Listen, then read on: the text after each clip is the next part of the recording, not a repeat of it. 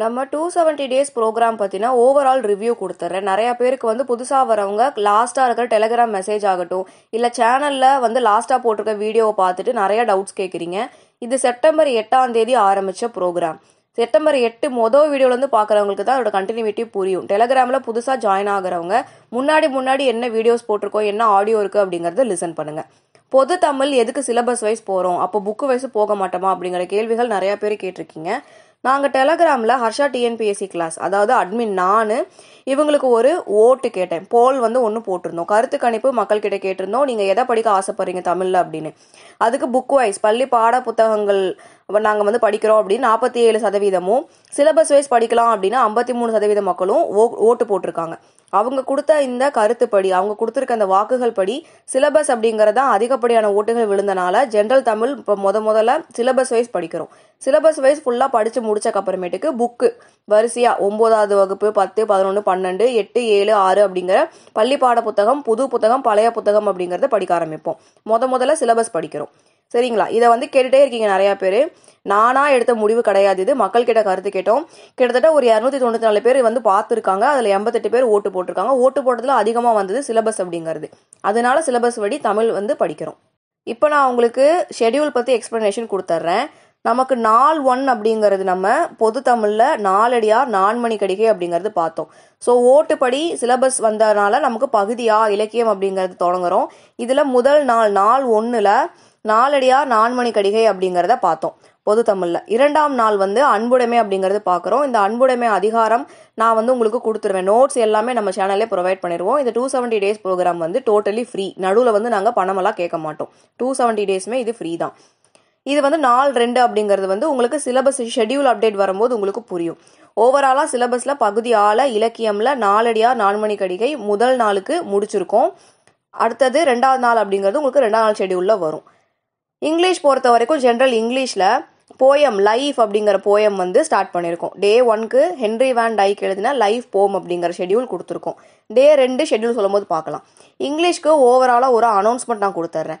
General English பொறுத்த வரைக்கும் ப்ரோஸில் மொத்தம் நமக்கு 14 ப்ரோஸ் இருக்குது. போயமில் வந்து 25 போயம் இருக்குது. பயோகிராஃபிஸ் 9 இருக்குது.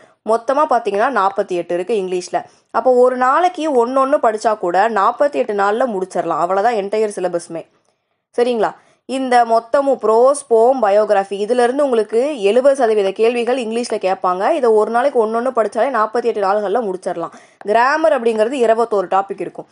அப்போ கிராமரையும் சேர்த்து படித்தா மொத்தமாக நீங்கள் 69 நாளில் மொத்த இங்கிலீஷுமே முடிச்சிடலாம். ஒரு நாளைக்கு ஒரு டாபிக் அப்படின்னு படித்தா 69 நாளில் மொத்தமாக முடிச்சிடலாம். இங்கிலீஷ் பொறுத்த வரைக்கும் அவ்வளோதாங்க. தமிழோட கம்பேர் பண்ணால் இங்கிலீஷோட சிலபஸ் வந்து ரொம்ப ஈஸி. நீங்கள் ஒரு நாளைக்கு ஒரு டாபிக் படித்தா கூட 69 நாளில் முடிச்சிடலாம். நமக்கு நிறையா model test, week test, revision test நம்ம சேனலில் 270 டேஸ் ப்ரோக்ராமில் கண்டக்ட் பண்ண போகிறனால ஒரு 90 நாள் அப்படின்னு மேக்ஸிமம் வச்சா கூட நம்ம 270 நாள் சொல்லியிருக்கோம். அதில் அந்த 90 அப்படிங்கிறது கம்மியான நாட்கள் தான். இப்போ வந்து எக்ஸாம் நோட்டிஃபிகேஷன் வந்துச்சு அப்படின்னா இங்கிலீஷை மொத்தமாக படித்து முடிக்க 1 மாதம் அப்படிங்கிறது போதும். ஆனால் இப்போ தான் குரூப் 2 அப்படிங்கிறது நமக்கு முடிஞ்சிருக்கு. சாலிடாக நம்மக்கிட்ட ஒரு 9 மாதம் 10 மாதம் இருக்குது அப்படிங்கிறனால பொறுமையாக நம்ம படிக்கிறோம். ஸோ 3 மாதம் கிட்ட நம்ம வந்து இங்கிலீஷ்க்கு எடுத்துக்கிறோம். இந்த 3 மாதத்தை தொடர்ந்து இங்கிலீஷ் படித்து முடித்தவங்க வந்து அதுக்கு அடுத்து இங்கிலீஷை ஒரு 3 நாள் 4 நாள் ரிவிஷன் பண்ணிடுவாங்க. ஏன்னா அந்த அளவுக்கு பொறுமையாக படிக்க போகிறோம். இதை தாண்டி இங்கிலீஷில் கேட்கறது கேள்விகள் வேறு எதுவுமே வரப்போகிறதில்ல. ஓவராலாக இங்கிலீஷோட ஓவர்வியூ உங்களுக்கு புரிஞ்சிருக்கும்னு நினைக்கிறேன். டே 1ல் வந்து போயம் படிச்சிருக்கோம், லைஃபோட ஹென்ரி வேன் டைக். டே 2ஓடது என்ன அப்படிங்கிறத சொல்லுவோம். சரிங்களா? அடுத்தது டே 2க்கு நம்ம வந்து ப்ரோஸ் படிக்க போகிறோம். அது என்ன அப்படிங்கிறது உங்களுக்கு செப்பரேட் அனௌன்ஸ்மெண்ட்டில் வந்துடும்.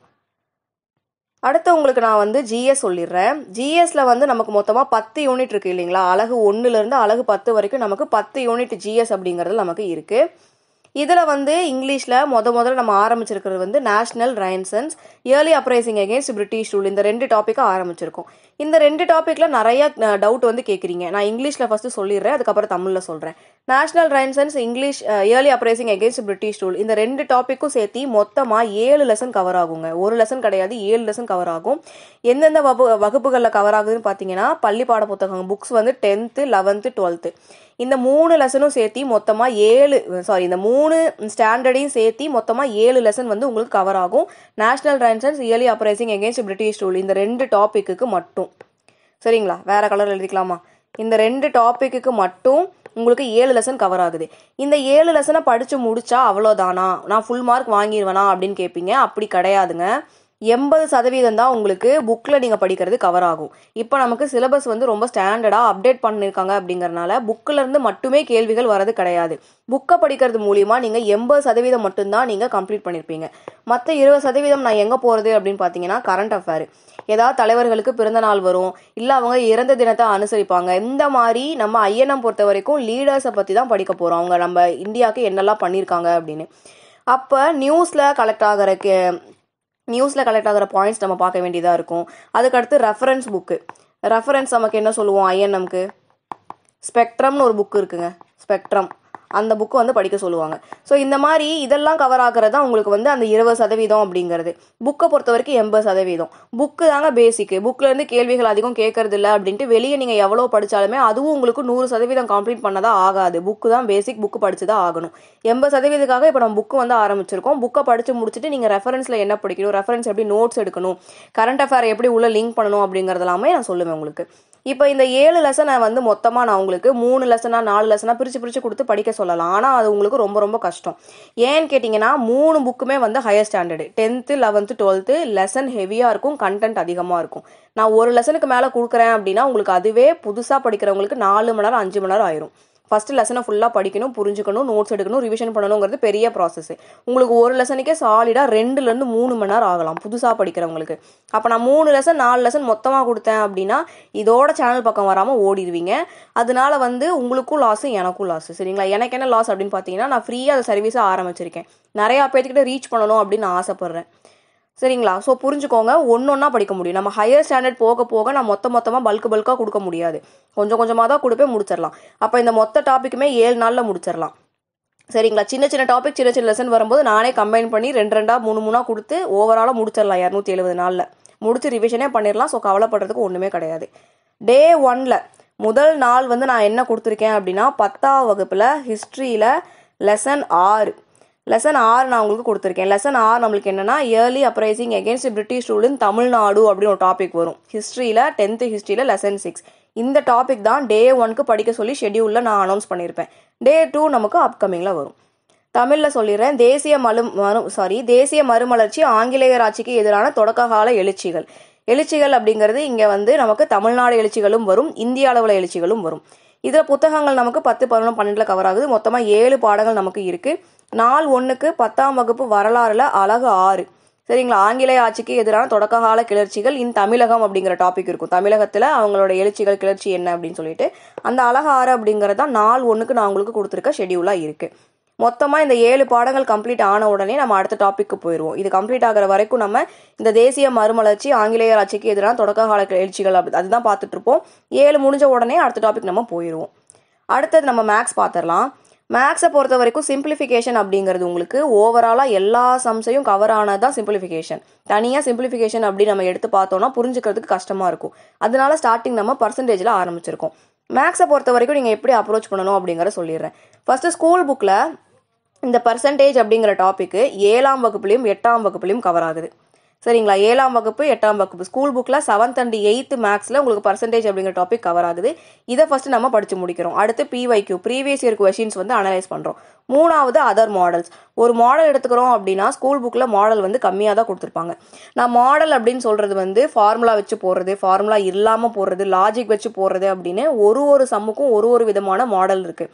அப்போ பர்சன்டேஜை பொறுத்த வரைக்கும் 7லேருந்து 8 மாடல் இருக்கும். அந்த 7-8 மாடல் மொத்தமாகவே ஸ்கூல் புக்கில் இருக்கா அப்படின்னு கேட்டால் கிடையாது. அப்போ அந்த 7-8 மாடல் என்ன அப்படிங்கிறத நம்ம யூடியூப் வீடியோ பார்த்து நோட்ஸ் எடுத்து படிக்கிற மாதிரி இருக்கும். அது என்ன அப்படிங்கிறத போக நான் உங்களுக்கு எக்ஸ்பிளைன் பண்ணுவேன். இப்போ நம்ம பர்சன்டேஜை ஆரம்பிச்சிருக்கோம். 7ஆம் வகுப்பில் இருக்கிற சம்ஸ் நான் உங்களுக்கு டே 1 ஷெடியூலாக கொடுத்துருக்கேன். உங்களுக்கு அப்போ டே 1 ஷெடியூல் நான் 7ஆம் வகுப்பில் இருக்க சம்ஸ் வந்து நான் கொடுத்துருக்கேன். தமிழ்லையும் அதே தான். தமிழில் உங்களுக்கு வந்து விழுக்காடு அப்படிங்கிறது கொடுத்துருப்பாங்க. விழுக்காடு அப்படின்னாலும் சதவீதம் அப்படின்னாலும் ஒன்று தான். இதில் பள்ளிப்பாட புத்தகத்தில் 7ஆம் வகுப்பு 8ஆம் வகுப்பில் கவர் ஆகுது. முந்தைய ஆண்டு கேள்விகள் நம்ம படிப்போம். இந்த 2 முடிச்சக்கப்புறம் முந்தைய ஆண்டு, அதாவது பள்ளிப்பாட புத்தகத்தில் 7ஆம் வகுப்பு 8ஆம் வகுப்பு படித்து முடிச்சதுக்கப்புறம் முந்தைய ஆண்டு கேள்விகள் அப்படிங்கிறத நம்ம படிப்போம். அதுக்கடுத்து மற்ற மாதிரி கணக்குகள் எப்படி அப்படிங்கிறத யூடியூப்பில் வீடியோ பார்த்து படிப்போம். இந்த யூடியூப் வீடியோ பார்த்து நீங்கள் எப்படி படித்து நோட்ஸ் எடுக்கணும் அப்படிங்கிறதையும் நான் உங்களுக்கு சொல்லுவேன். ஸோ ஓவராலாக இதான் நம்ம ஷெடியூல். டே டு டே அப்டேட்காக எப்பயுமே வந்து நம்ம டெலகிராம்லேயும் யூடியூப்லேயும் கனெக்டடாக இருங்க சரிங்களா. இந்த பார்த்த உடனேயே நம்ம சேனலை சப்ஸ்கிரைப் பண்ணிடுங்க. டெலகிராமில் ஹர்ஷா டிஎன்பிஎஸ்சி கிளாஸ் அப்படின்னு சர்ச் பண்ணி ஜாயின் பண்ணிக்கோங்க. இல்லை டிஸ்கிரிப்ஷனில் டெலகிராம் லிங்க் கொடுத்துருக்கேன், கிளிக் பண்ணி ஜாயின் பண்ணிக்கோங்க. உங்களுக்கு டெய்லி அப்டேட் எல்லாமே யூடியூப்லேயும் டெலகிராம்லேயும் வரும் சரிங்களா. டெஸ்ட்டு வந்து நாங்கள் கண்டக்ட் பண்ணுவோம், எல்லாமே ஃப்ரீ தாங்க. திருப்பி சொல்கிறேன், 270 டேஸ்மே இந்த ப்ரோக்ராம் வந்து ஃப்ரீ தான். நடுவில் வந்து அமௌண்ட் பே பண்ண சொல்லி கேட்க மாட்டோம். ஸோ நீங்கள் வந்து ஃபீல் ஃப்ரீயாக எதுவும் யோசிக்காமல் படிக்கலாம். சிலபஸை என்டையராக நான் முடிச்சு கொடுத்துருவேன் உங்களுக்கு. 10 யூனிட்டுங்க மொத்தம். அழகு 1ல் ஆரம்பிச்சு அழகு 10, யூனிட் 1லேருந்து யூனிட் 10 வரைக்கும் டோட்டலாக நான் உங்களுக்கு கவர் பண்ணி கொடுத்துருவேன். எந்த ஒரு அகாடமியுமே இப்படி ஒரு கேரண்டி ஃப்ரீயாக கொடுத்துருக்காங்களா எனக்கு தெரியலை. நாங்கள் சொல்கிறோம், சிலபஸில் உங்களுக்கு எந்த ஒரு பிரச்சனையுமே இல்லாமல் நான் முடிச்சு கொடுத்துருவேன். ஸோ ஸ்பீடாக படிக்கிறது உங்கள் பொட்டன்ஷியல் தான். எப்படி நீங்கள் நோட்ஸ் எடுக்கணும் அப்படிங்கிறத நான் ஹோம்ஒர்க் அப்படிங்கிற ஒன்று ஆட் பண்ணியிருக்கேன். ஹோம்ஒர்க் அப்படிங்கிறது நீங்கள் தனிப்பட்டு இன்ட்ரெஸ்ட் எடுத்து படிக்கிறது. அதை பற்றி நிறையா பேர் டவுட் கேட்டிருக்கீங்க, அதையும் நான் சொல்லிடுறேன். ஹோம்ஒர்க் பொறுத்த வரைக்கும் தெளிவாக தெரிஞ்சுக்கோங்க. ஹோம்ஒர்க் அப்படிங்கிறது நான் நோட்ஸ் எடுத்து கொடுத்து உங்களை படிக்க வைக்கிறது பேர் ஹோம்ஒர்க் கிடையாது. ஹோம்ஒர்க்கை நீங்கள் கூகுளில் தான் தேடி படிக்கணும். நீங்கள் இங்கிலீஷ் மீடியமாக இருந்தாலும் சரி, தமிழ் மீடியமாக இருந்தாலும் சரி, தமிழ் அப்படிங்கிற வார்த்தையை போட்டால் கூகுள் உங்களுக்கு அதை எடுத்து கொடுத்துரும், இங்கிலீஷுங்கிற வார்த்தையை போட்டால் இங்கிலீஷில் எடுத்து கொடுத்துரும். இந்த டே டு டே ஹோம்ஒர்க் வந்து நீங்கள் உங்களுடைய தனிப்பட்ட ஒரு பர்சனாலிட்டியை, நீங்கள் உங்களோட அறிவை மற்றவங்களோட கம்பேர் பண்ணும்போது நீங்கள் ஒரு படி மேலே இருக்கணும் அப்படிங்கறக்காக இந்த ஹோம்ஒர்க் அப்படிங்கிற இனிஷியேட்டிவ். இதை நீங்கள் பண்ணுறது மூலிமா உங்களோட மார்க் வந்து டே பை டே அதிகமாயிட்டே போகிறத நீங்களே கண்கூடாக பார்க்கலாம். ஒரு 20 நாள் நீங்கள் ஹோம்ஒர்க் பண்ணியிருக்கீங்க அப்படின்னா அந்த 20 நாள் உங்கள் கையில் இருக்க நோட்ஸுக்கும் நீங்கள் அதுலேருந்து கற்றுக்கிட்ட லெசனும் எவ்வளோ அப்படிங்கிறது உங்களுக்கு அப்போ தான் தெரியும். ஹோம்ஒர்க்குக்கு நோட்ஸ் கேட்காதீங்க. ஹோம்ஒர்க் நீங்களாக செல்ஃபாக பண்ணுறது. சிலபஸை கவர் பண்ணுறதுக்கும் டே டு டே நீங்கள் ஷெடியூல் படிக்கிறதுக்கும் தான் நாங்கள் நோட்ஸ் கொடுப்போம். அண்ட் டெய்லியும் உங்களுக்கு டெஸ்ட் இருக்கும், ப்ராக்டிஸ் டெஸ்ட் இருக்கும். என்ன டவுட்ஸ் அப்படின்னாலுமே நீங்கள் வந்து என்னை கேளுங்க டெலகிராமில், மைசெல்ஃப் ஹர்ஷா சரிங்களா. இப்போ வந்து ஓவராலாக உங்களுக்கு சிலபஸ் புரிஞ்சிருக்கும்னு நினைக்கிறேன்.